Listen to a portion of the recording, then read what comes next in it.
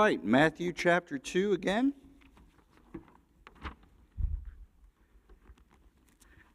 I am not preaching a sermon tonight. I'm going to go through this passage and basically try to give you more background information to help you just appreciate the story and the significance of what's going on, maybe to understand a little bit more why Matthew bothers to tell this story.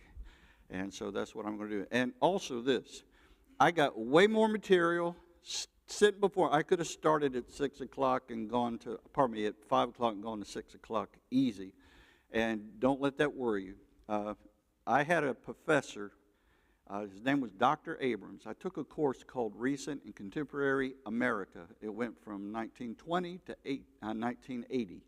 And his philosophy was there's so much we need to look at, and we only have the semester.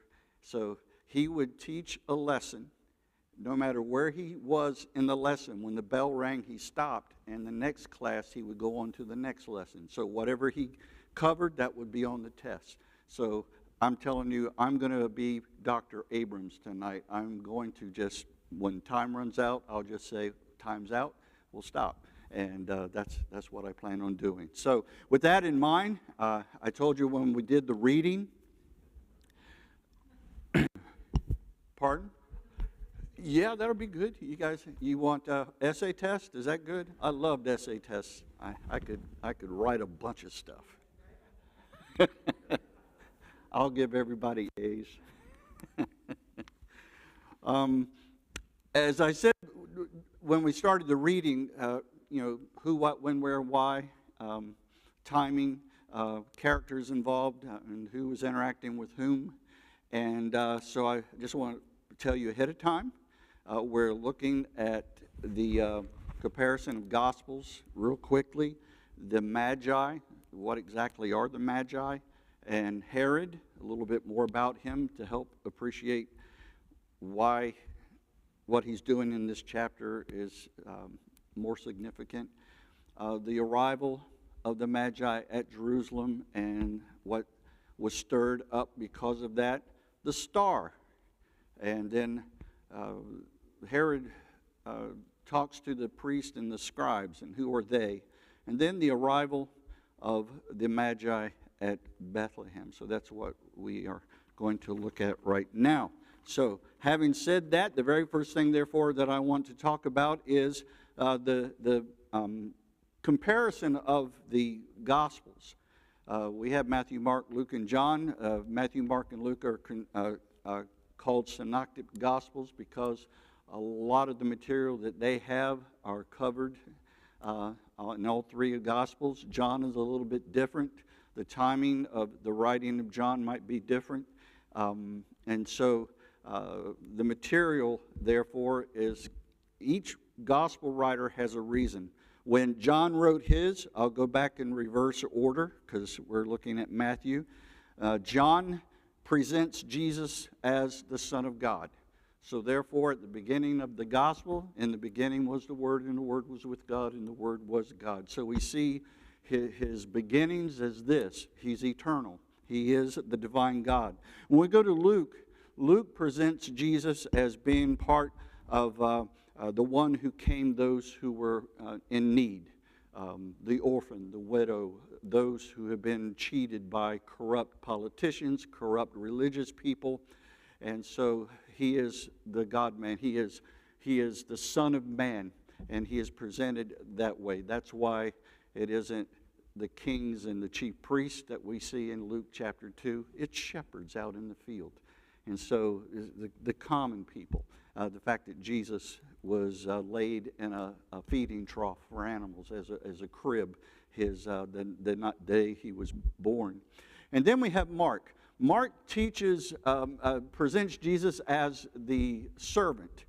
And it's interesting that if you go do a quick read through the book of Mark, 16 chapters, you'll see the word immediately or straightway. When a servant has to do something, he jumps to it immediately or straightway. And so, does anybody care about the nativity or the birth of a servant? No. So there's no mention anything about the birth or the beginnings of Jesus. When we come to Matthew, Matthew is presenting Jesus Christ as the King of the Jews. He is presenting him as the sovereign one, the one that is called the Messiah, the Mashiach, the anointed one, the one that was promised back in the Garden of Eden in chapter 3 of Genesis. This is the one to stomp on the head of the serpent. So that's why at the very beginning there's a genealogy. That's why we have now this subject matter in Matthew chapter 2 is that Jesus Christ is the one that's called the King of the Jews, and this is what gives everybody who's in positions of power concern. And for those whose lives would be disrupted because those in power are going to be disturbed. All right, so that's what we have there in that. Now, I want to share with you a little bit about the Magi. It is believed that some form of these Magi or these magicians or these wise ones go all the way back at least to the time of Abraham. So they've been around in the Middle East, the ancient Middle East, for a long time. They are obviously, if you go to the book of Daniel, they are prevalent in the book of Daniel. Daniel at one point was made the head of these Magi, so he taught them. I think it's very interesting. He made himself prominent when he told Nebuchadnezzar his dream and then told him the interpretation of the dream. He then in chapter 4 told Nebuchadnezzar about another dream that he had and told him, you better not be proud or God will make you act like an animal for 7 years. Nebuchadnezzar didn't listen and he acted like an animal for 7 years. So he had this position. He evidently, for at least a few years, because he was very old at the time, but when the Medes and the Persians took over, he had some influence amongst the Magi there. It is with those Persians that we see the influence of Daniel coming down through the centuries. We see it with the Babylonian Empire with Nebuchadnezzar, Cyrus and the Medo-Persian Empire, and then we see that they evidently made it through the Greek Empire at this time, and then also into the Roman Empire in the time period that Jesus was born.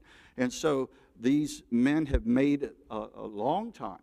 They were very influential in their days. What's interesting about these particular men is that they had a sacred fire. It's kind of like the sacred fire that would have been in the altar, the bronze altar in the temple.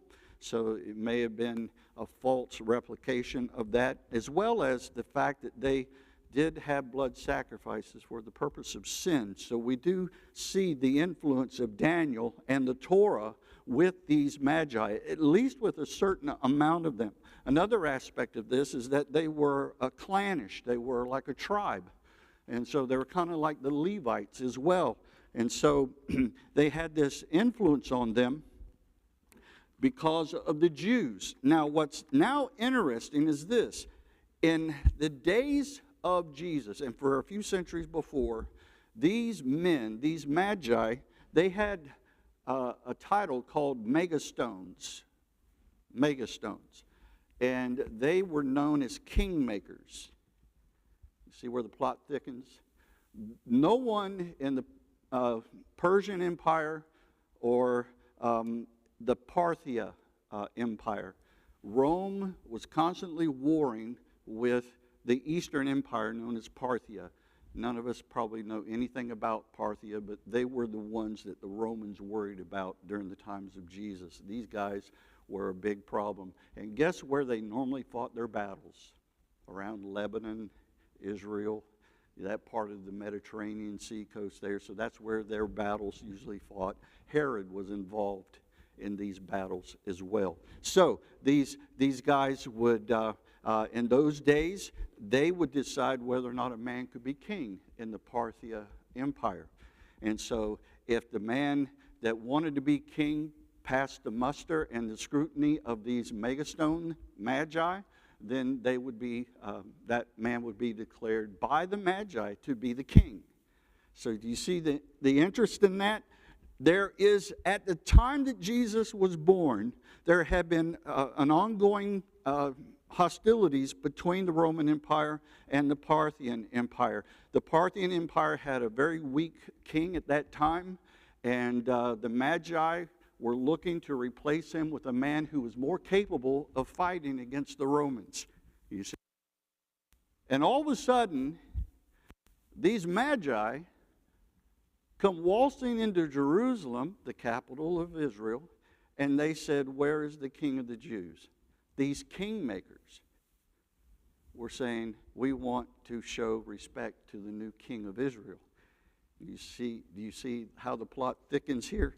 And so they were very powerful. They just more things to share with you. They were very knowledgeable in mathematics, astronomy, the idea of looking at the stars and all of that.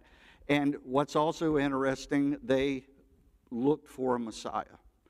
So they had enough influence by Daniel to know that there was something about Israel that was going to affect the world. And so they were very interested in what this happened. And it's very interesting, the star, whatever this star is, when it came up, they knew exactly what it meant. They knew exactly what it meant. They hopped on their camels and they started heading west. All right? So I think that's very interesting. Now, switching from the Magi now to Herod. Herod's in Jerusalem. He's doing his thing, and these Magi show up and they say, "Where's the King of Israel, the King of the Jews?" So let me tell you something about him so you can appreciate why he reacted the way he reacted. First of all, Herod was not completely Jew. His father was the king of Idumea. Does anybody know anything about the country of Idumea? Pardon? The Edomites. And the Edomites descended from?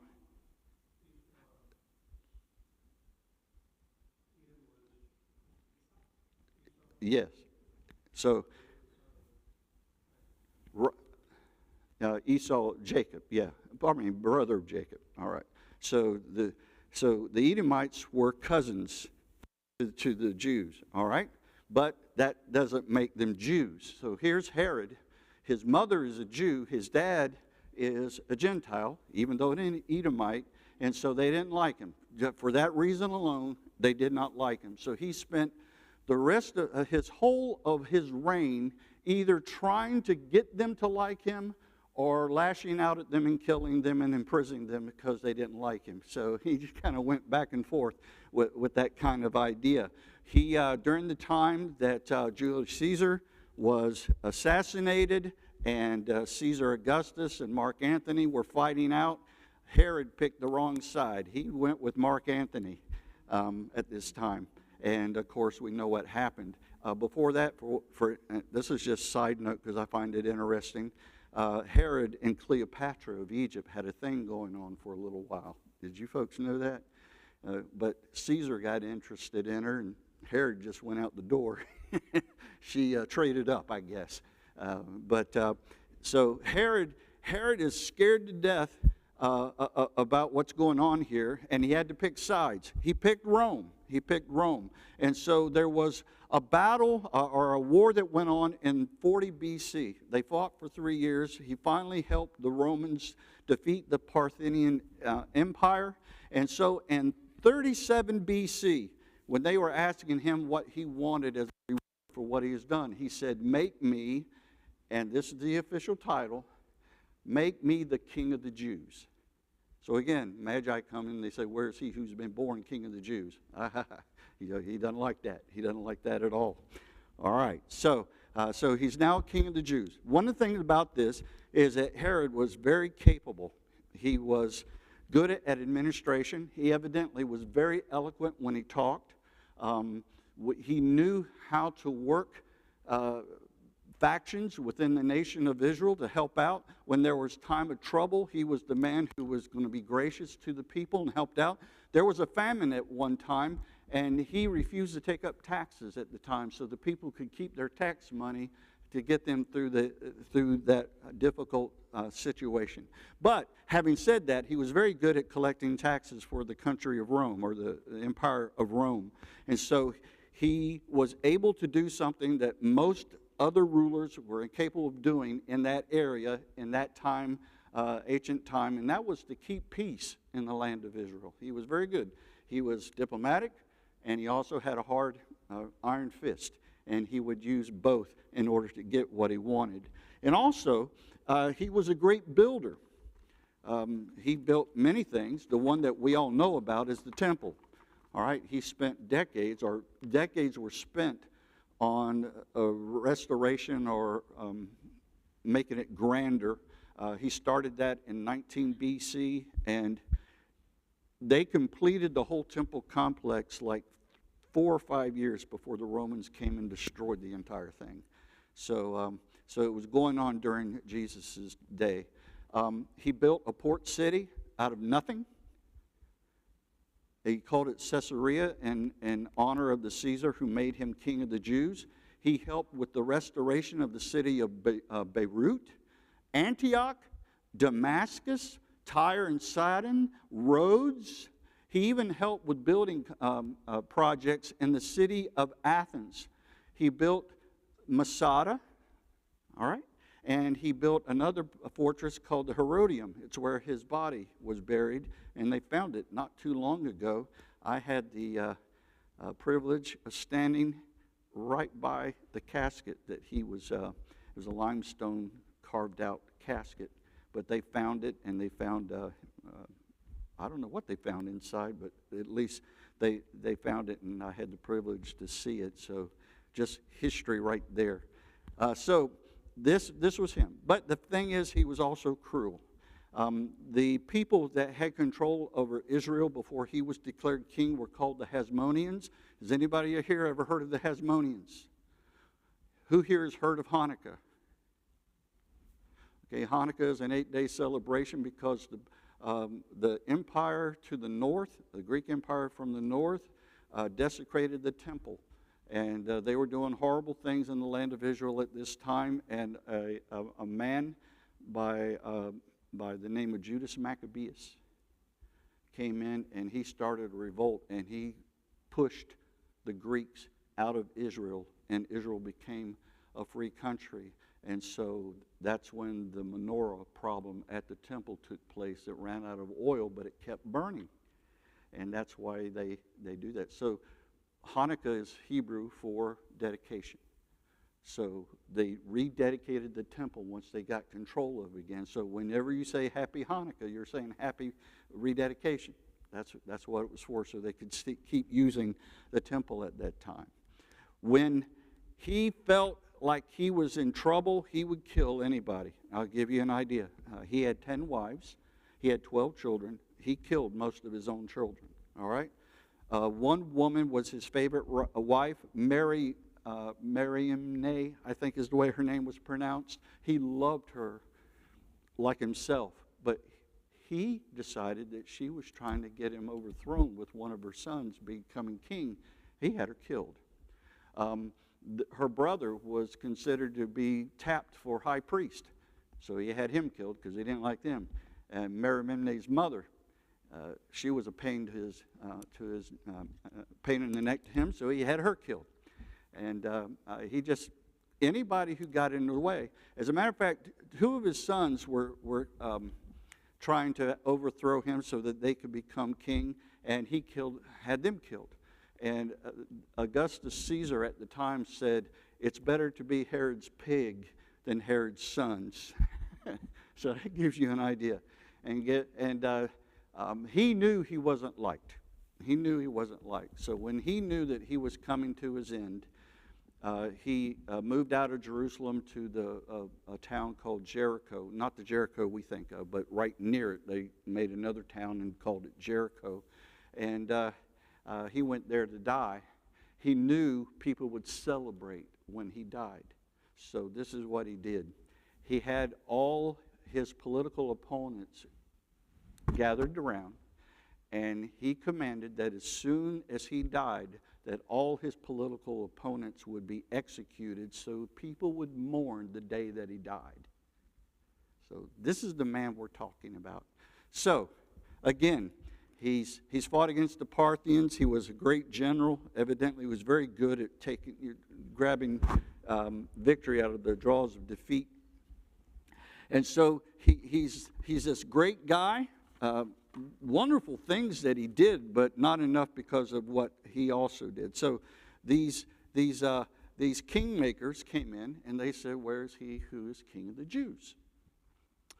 And so he gets worried. Now, another aspect of this that we normally don't think about, and this is wonderful, because at the time of Jesus, there was an expectation in the Near Eastern, the Mediterranean world, that a Messiah was going to come and lead the world. It wasn't just the Jews. There was an overall sense that one is coming. Some decided it was Augustus Caesar, and of course he wasn't. But just to give you an idea of this, there is a Roman historian by the name of Suetonius, and he wrote this: there had been spread over all the Orient that an old and established belief that it was fated at that time, speaking at the time around Jesus, for men coming from Judea to rule the world. Isn't that interesting? So we're talking about Jesus and his disciples. So that was one Roman historian. And that Roman historian said things about Christianity in general. He did not like Christianity. So he wasn't writing that in favor, supporting and trying to cause influence. Another Roman historian that couldn't stand Christians said this: there was a firm persuasion at this very time the East was to grow powerful, and rulers coming from Judea were to acquire a universal empire. Josephus, the Jewish historian that witnessed the fall of Jerusalem, said the same thing. A Roman poet by the name of Virgil, and even though none of us probably have ever heard a poem by Virgil, we know the name Virgil. And he also wrote poems about the coming anointed one. He also was one of those people who decided that it was Augustus Caesar. He was greatly wrong. But the point I'm making is that there was a general expectation, and I really believe it was because of the talk of the Jews. This is my theory. The talk of the Jews who had scattered over the Roman Empire and in Parthia, who spoke about these things. And they talked about a coming ruler with all the prophecies that we normally refer to this time of year. And I think that there was a hope amongst regular folk. Maybe this is it. Maybe this is the time. We have Daniel chapter 9, which tells us about the 70 weeks of Daniel. We were told the very time that the Messiah would come. And there were people in Israel who were looking for that as well. So, Herod's panicked. At this time, Parthia was once again a threat.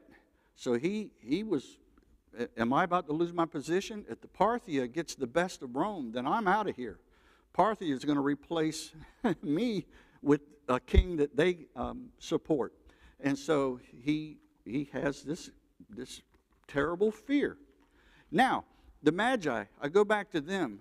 There's an entourage of these guys that are coming. I know we have this picture of the three guys. They're on their camels, and they're slowly making their way through the desert, and they finally make it to Jerusalem. But these are wealthy, influential, important people.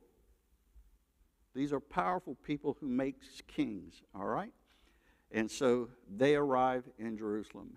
And what they do to say that they know the Messiah has been born, that this King of the Jews has been born, is because they saw his star. Not a star, but his star. Would you folks like to know some good theories as to what this star actually was? You ready? Now, I have no idea. I have read so much thing. All I've gotten is confused. So I've quit trying. Whatever it is, when the Magi saw it, they knew. They said, pack up, boys, we're heading to Jerusalem.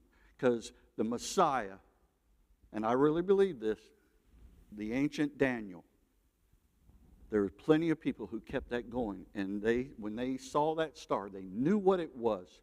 And they packed up and they started heading.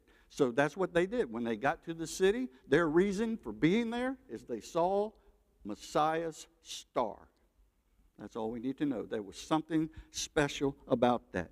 In Numbers, I mentioned this last week, but I'll repeat it. In Numbers 24, Balaam, when he was being paid to curse Israel, he was paid 3 times to do this, and 3 times he blessed instead. But he said, there shall come a star out of Jacob, and a scepter shall rise out of Israel.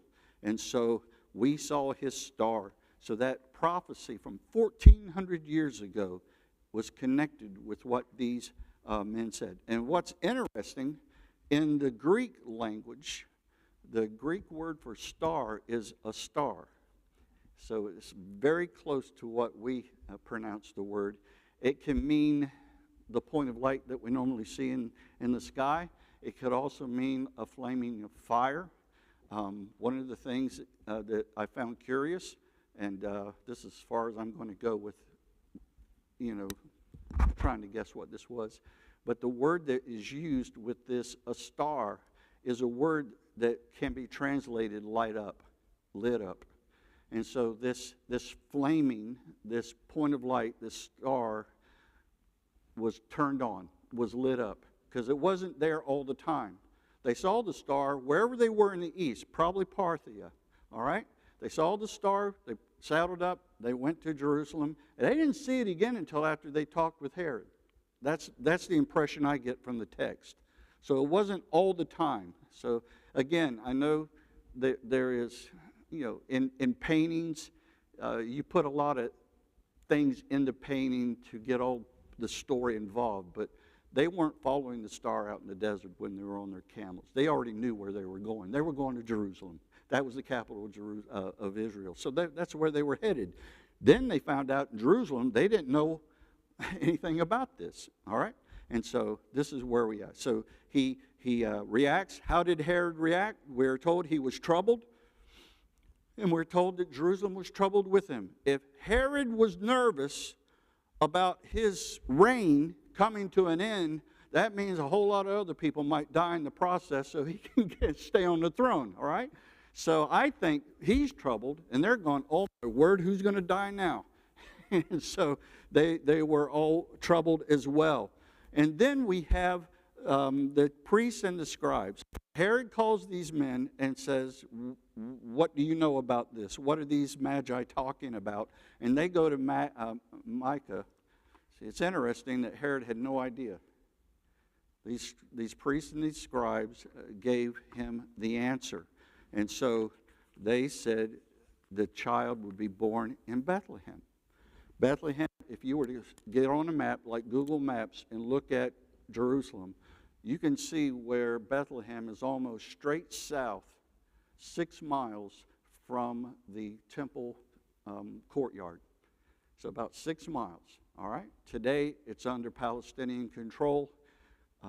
They've run nearly all the Christians out. It used to be majority Christian. Now it's vastly Muslim now. But this is what these men told Herod. Now we're talking about the priest. And with a little bit of time that I have left, I'll go real quick about this. There's 5 types that you can be you could read about.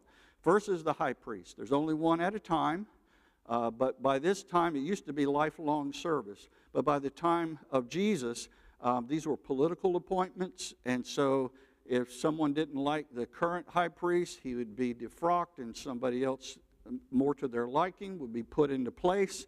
And so there was several high priests. Only one was serving, but there were several at the time. This is the one that would go into the temple, Holy of Holies, on the Day of Atonement. And so this one is the one that had more rank among all of them. He was the high priest.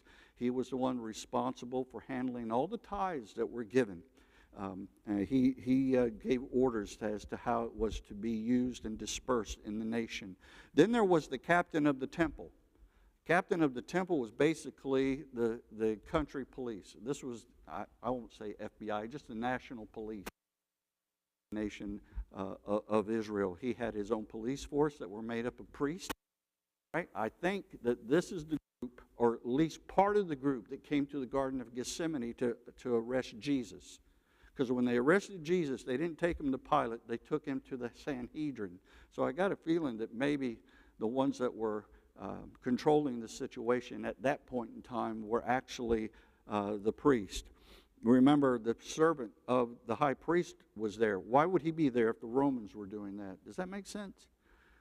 But anyway, so we have the high priest, the captain of the temple, and then we have the chief priest.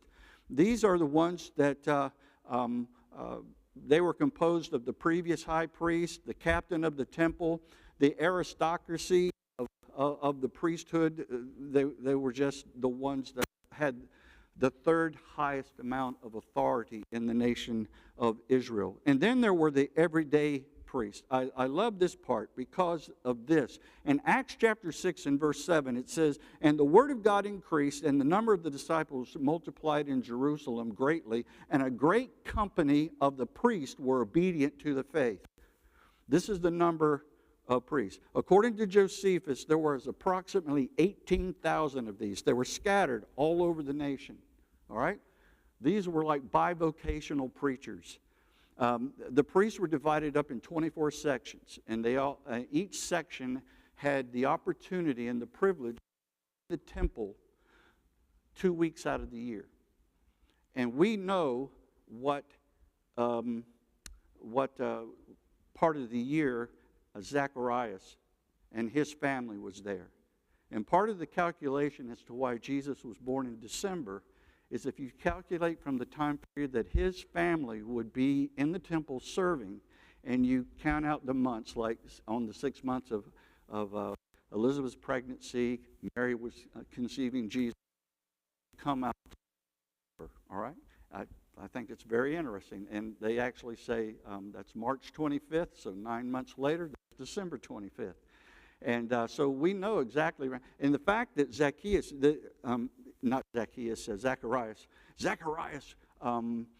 there was a lottery. They had many people in the family. So who actually gets to go in and make sure the menorah is lit and that the incense is properly burning, that the loaves of bread are being changed out every day? They would have a lottery. And Zacchaeus was in there because of the lottery. So he was in the holy place. Some think that it might have been a high holy day at the time that this was going on, because if you read in Luke 1, there were people outside waiting for him to come out, and they got anxious because he was late coming out.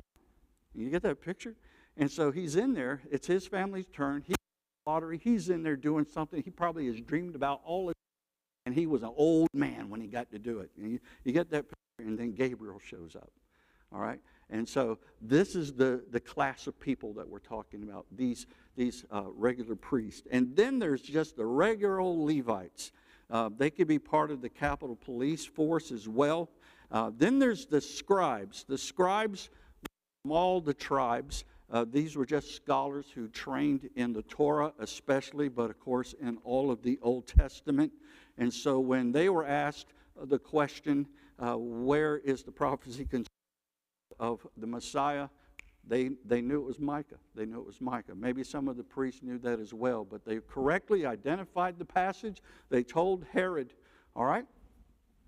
And so now the Magi were told they're in Bethlehem. So they get ready to go, and all of a sudden there's the star again. All right? Travel south, almost directly south from Herod's temple, and 6 miles, and they go. And we're told that star is right over the house where Jesus, the young child, not a baby anymore, a young child is. All right? You get that picture. Now, how long was it before these guys showed up? Now, I can't give you a definitive, but I've come across something interesting. Remember in Luke 2, Jesus was taken to rite. Remember, there's a 40-day period that a purification rite has to take place. And so I got on an AI, and I said, what date is 40 days from December 25th? And that's February 23rd.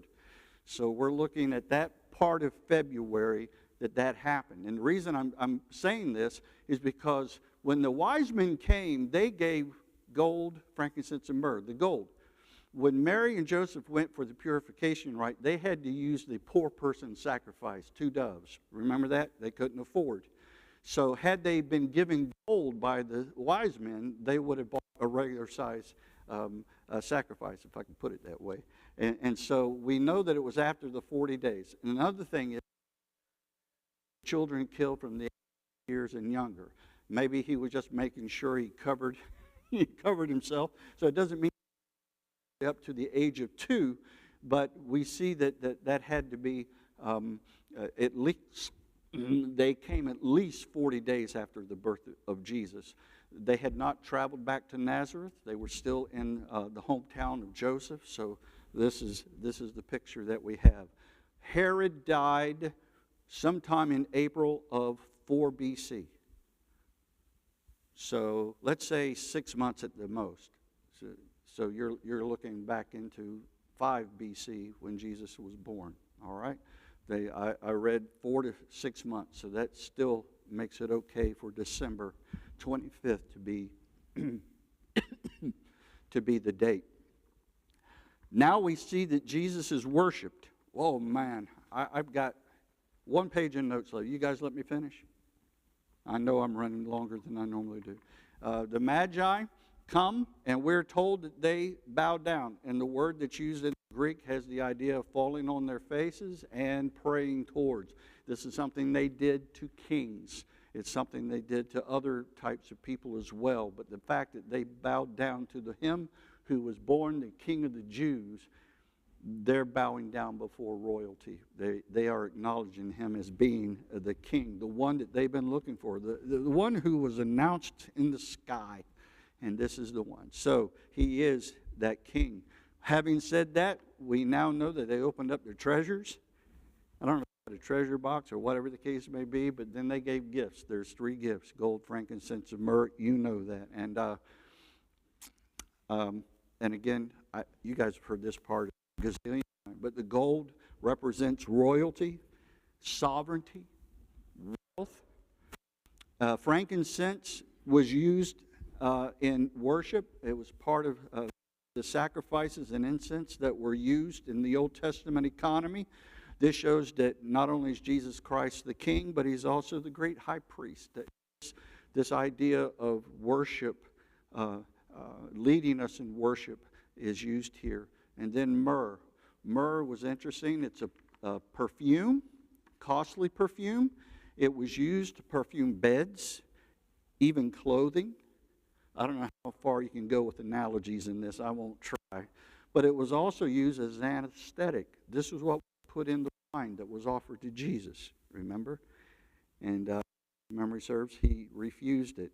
And then also it was used part of the burial,